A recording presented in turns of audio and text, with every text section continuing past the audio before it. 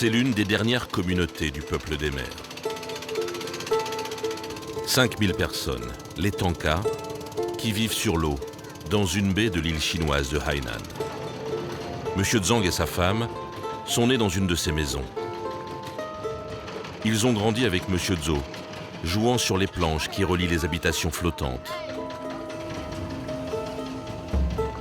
C'est ici, allons-y. Aujourd'hui, ils sont chefs de famille. Et à leur tour, ils perpétuent la tradition de la pêche et de l'élevage de poissons.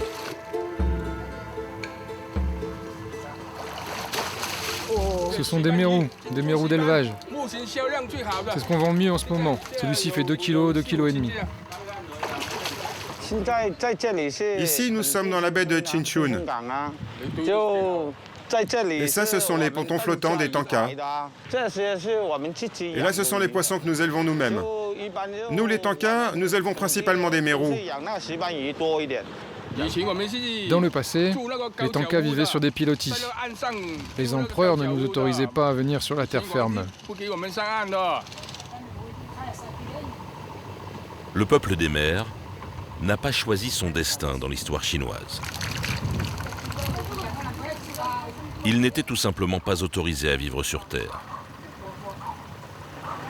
Cette fatalité est devenue une culture, un art de vivre. Sur toutes les mers du sud de la Chine, jusqu'à Hong Kong, les Tanka ont fait partie du paysage de l'Empire du Milieu. Jusqu'à la révolution de la modernité, à laquelle ils ne sont pas vraiment invités. On a toujours vécu sur la mer, depuis qu'on est né. Si on allait sur la terre ferme, on serait perdu. Si on allait sur la terre, on ne saurait pas quoi faire. Oui, quel business pourrait-on faire? On ne sait faire que pêcher et élever des poissons.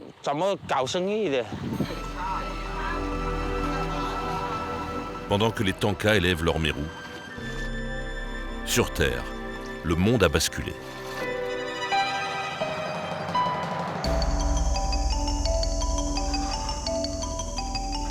À quelques kilomètres de là, la baie de Sanya.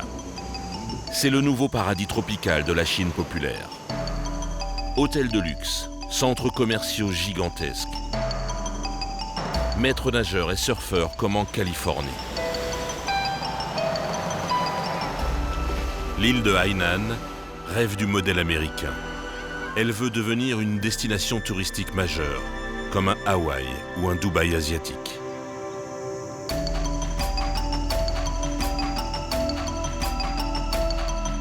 Tout au sud de la Chine, l'île héberge aussi les principales bases navales militaires du pays. C'est le port d'attache des porte-avions et des sous-marins nucléaires de Pékin. En quelques années, la mer des Tanka a dû laisser la place au projet pharaonique de la Nouvelle Chine.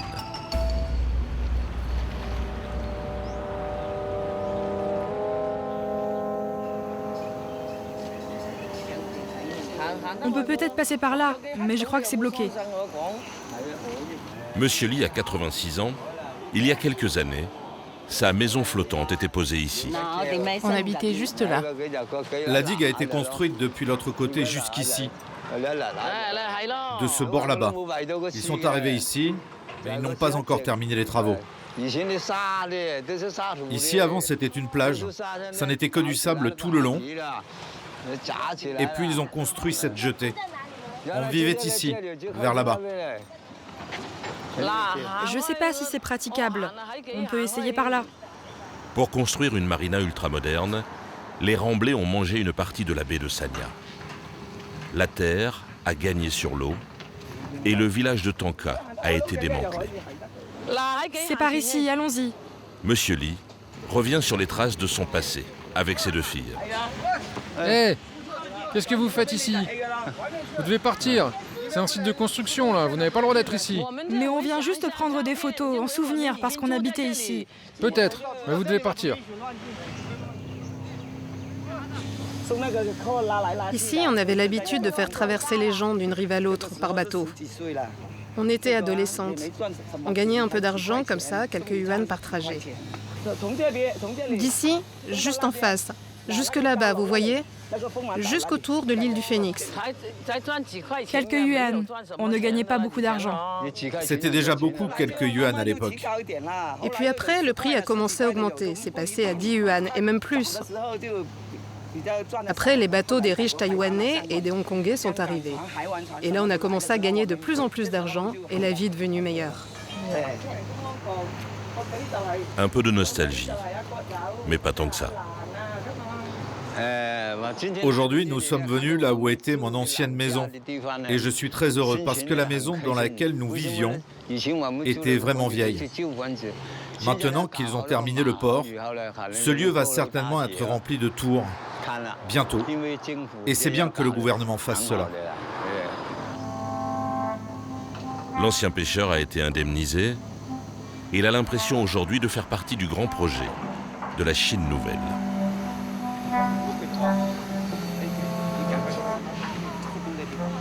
Avec l'argent du gouvernement, Monsieur Li s'est offert une petite maison et de quoi vivre sa retraite avec son épouse. Les souvenirs de la vie d'avant, il en reste très peu. Une enveloppe, quelques clichés jaunis et une photo en capitaine. Oh, c'était il y a des lustres, ça.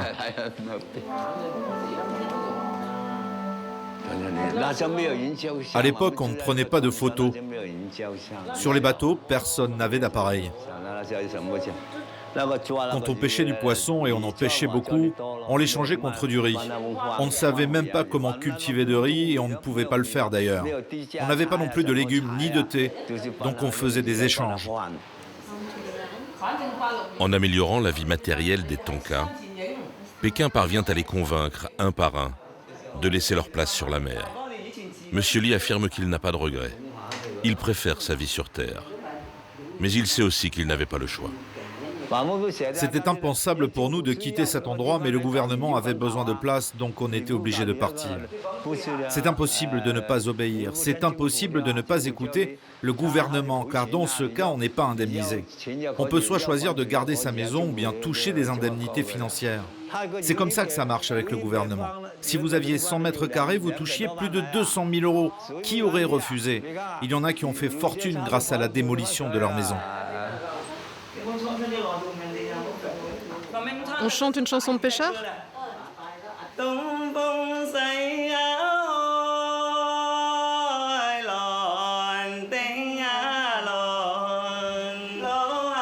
Dans la famille Li, la culture du peuple Tanka survit grâce aux chants, transmis de génération en génération. Des histoires de marins disparus, des histoires de tempêtes homériques.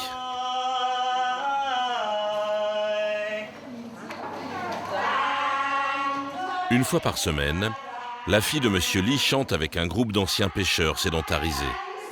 On reprend les mêmes airs traditionnels, mais avec de nouveaux refrains.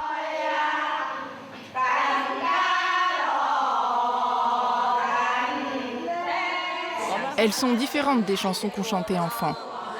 Oui, quand on était enfant, On ne chantait pas ces chansons-là. quand on était petite, on chantait pas ça. Ces chansons-là, c'est Monsieur Zeng qui nous les a données. C'est lui qui les a écrites. Allez mesdames, faut s'y remettre. Allez, allez les filles, au boulot. Mettez bien vos pieds dans cette position-là. Les accessoires, la chorégraphie, la mélodie, tout est authentique. À un détail près, Monsieur Zeng a écrit de nouvelles paroles.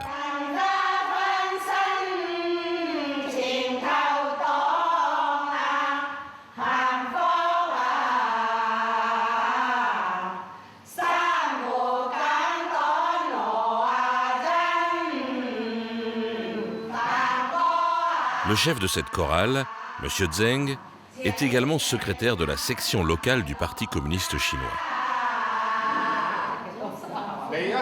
Celles qui sont devant doivent laisser un peu plus d'espace entre elles pour qu'on puisse voir les chanteuses du second rang. Les anciennes chansons dataient de la période impériale, avant la Chine populaire.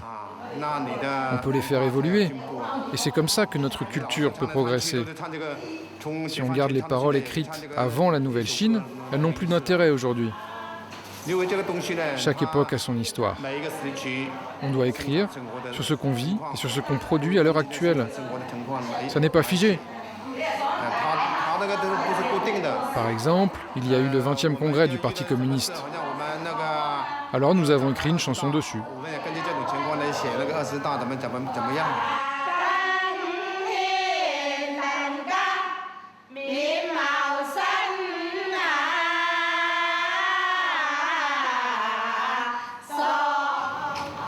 Les cours de chant de M. Zeng se déroulent dans un musée qu'il a patiemment construit.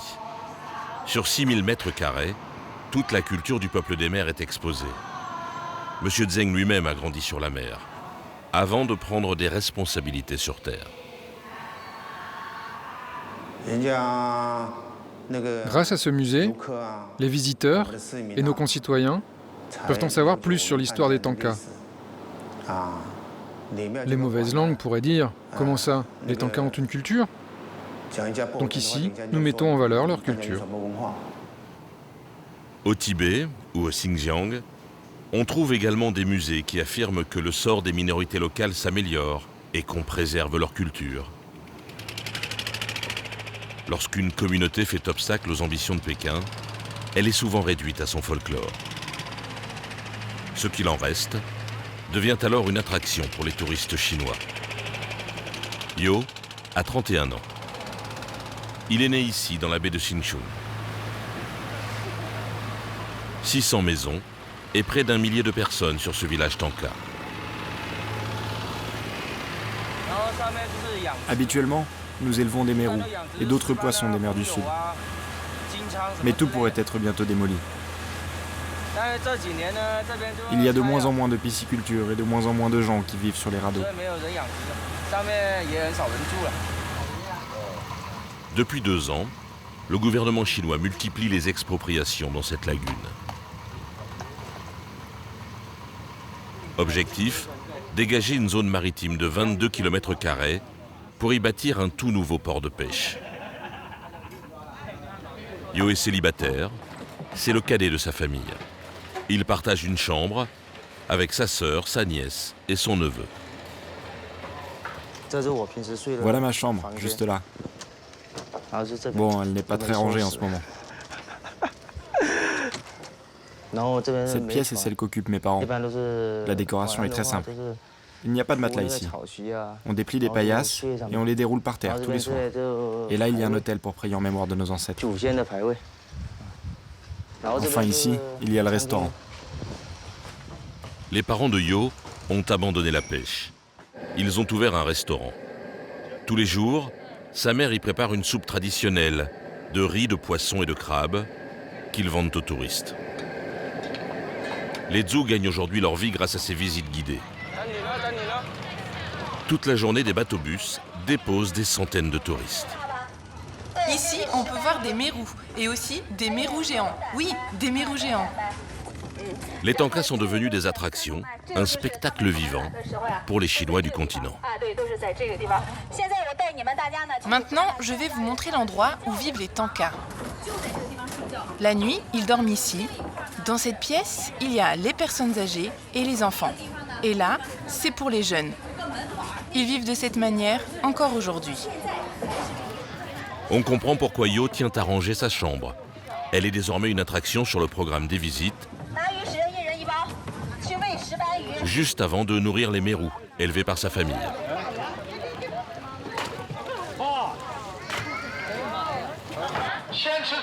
On peut d'abord manger le congui et ensuite aller nourrir les poissons. Et rappelez-vous, c'est l'oiseau qui se lève tôt qui attrape les vers.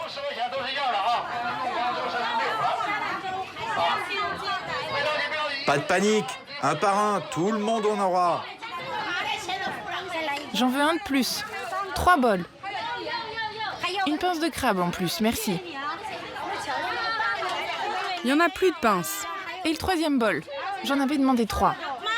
Allez-y doucement et passez par l'autre côté. Non, c'est le mien, c'est le mien. C'est le mien, donne-le-moi. À moi, j'ai déjà payé.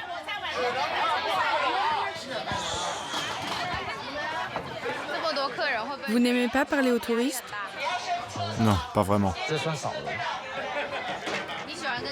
Pourquoi? Il pose trop de questions. Là, il y a vraiment beaucoup trop de monde. Ça bouchonne.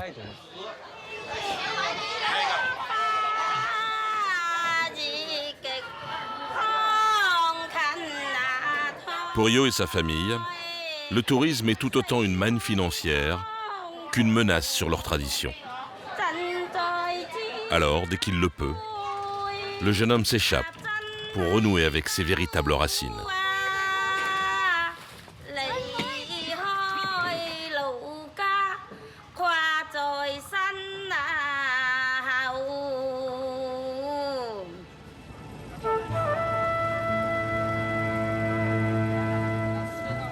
Dans la lagune de Shinchun, les gitans des mers se sont reconvertis en bateaux-taxis. Ils assurent le transport des marchandises et des touristes. 500 000 personnes visitent la baie tous les ans. C'est 15 € la balade. Le ticket d'entrée dans ce musée à ciel ouvert.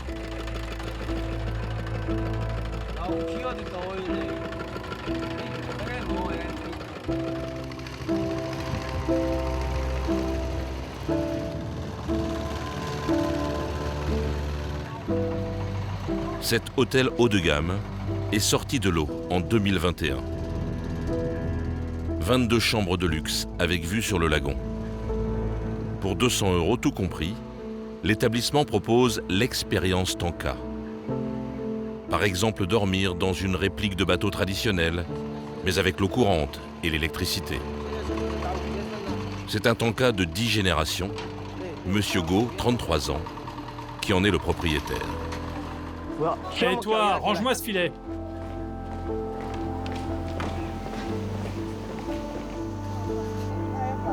On propose aux clients des tours de kayak transparents ou encore tous les matins, la relève des filets de pêche. De quoi se prendre pour un Tanka, ou presque. Voyons qui est le meilleur. La compétition est lancée. Les femmes sont en tête, les femmes sont en tête.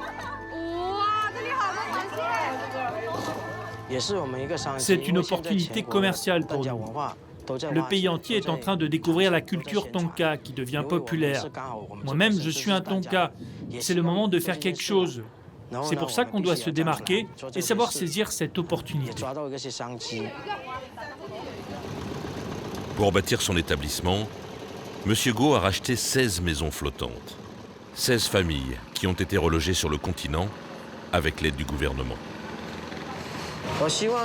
J'espère qu'on pourra préserver la culture Tanka et aussi réorganiser les radeaux des pêcheurs. Il faut séparer les différentes activités. La pisciculture d'un côté et le loisir et la détente de l'autre. Tout va dépendre du nouveau plan gouvernemental qui tient compte de l'environnement. On sait que les Tonka vivent ainsi de la pêche et de la pisciculture depuis des générations. Mais s'ils ne se conforment pas à ces nouvelles normes, ça va être compliqué. Monsieur Go, lui, est un bon élève. Il respecte toujours les nouvelles normes. Aujourd'hui, il reçoit un prix de 5 000 yuan, près de 700 €, des mains des représentants du parti pour ses projets touristiques. L'homme d'affaires cultive ses bonnes relations avec les autorités. Une proximité affichée jusque dans la bibliothèque de l'hôtel. On y trouve par exemple la collection complète des rapports du 20e congrès du Parti communiste chinois, sans oublier l'indispensable biographie du président Xi Jinping.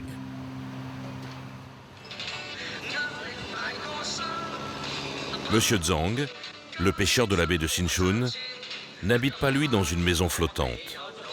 Mais pas question d'aller sur terre. Avec ses années d'économie, il s'est offert un grand bateau. Les maisons sont immobiles. Vous ne pouvez pas gagner d'argent avec une maison. Alors qu'un bateau, ça permet d'avoir des revenus.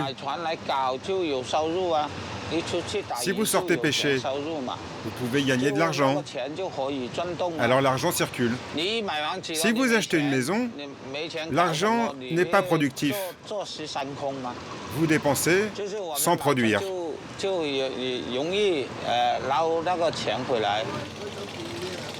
Le capitaine Zhang et sa femme ont 45 ans. Ils ont 2 enfants et un petit-fils. Ce bateau, c'est leur gagne-pain et la maison familiale.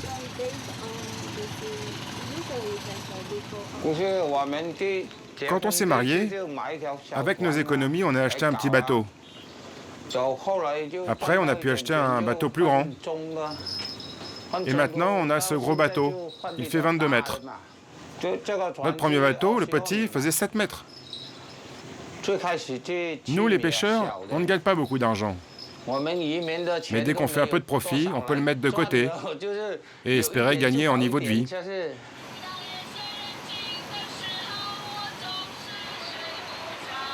C'est une existence difficile, rythmée par l'incertitude des saisons de pêche et par la violence des typhons. C'est le seul quotidien des Tanka, et M. Zhang n'imagine pas en changer. Pour ses enfants, le capitaine pêcheur n'a pas la même perspective. Yue Ping, sa fille, a 24 ans. Diplômée en marketing, elle vit aujourd'hui dans un appartement sur le port. Sa chambre d'enfant sur le bateau est désormais vide. Pour elle, l'avenir s'écrit à terre.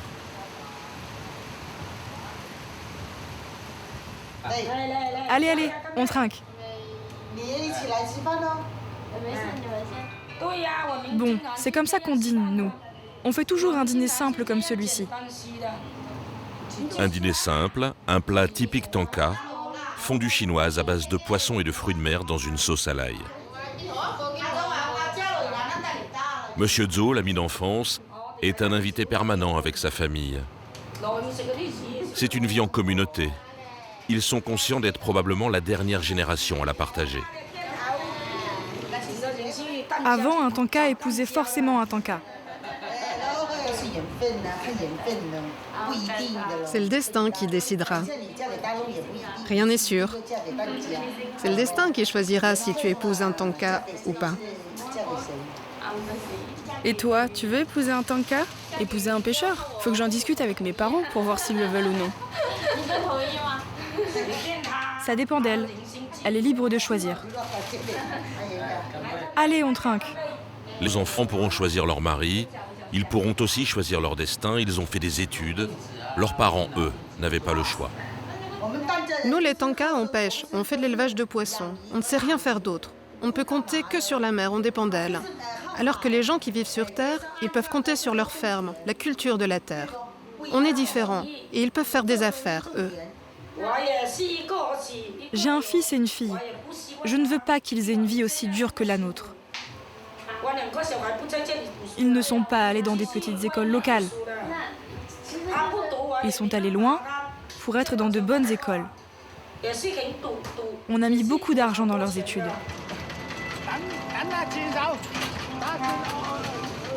Même lorsque son chalutier est à quai, M. Zhang passe ses journées dans la lagune. C'est son seul horizon. Un horizon où chaque jour, son peuple laisse un peu moins son empreinte.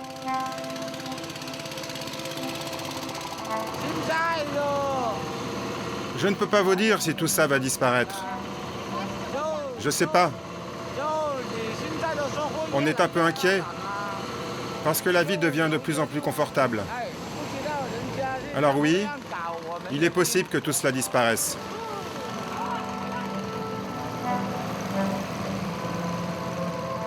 Les jours du peuple Tanka sont comptés. M. Zhang et ses amis participent au décompte, un peu inquiets, un peu joyeux. C'est le sens de l'histoire, alors autant l'embrasser. Surtout quand on vit dans un pays où l'histoire s'écrit bien loin de ceux qui la vivent.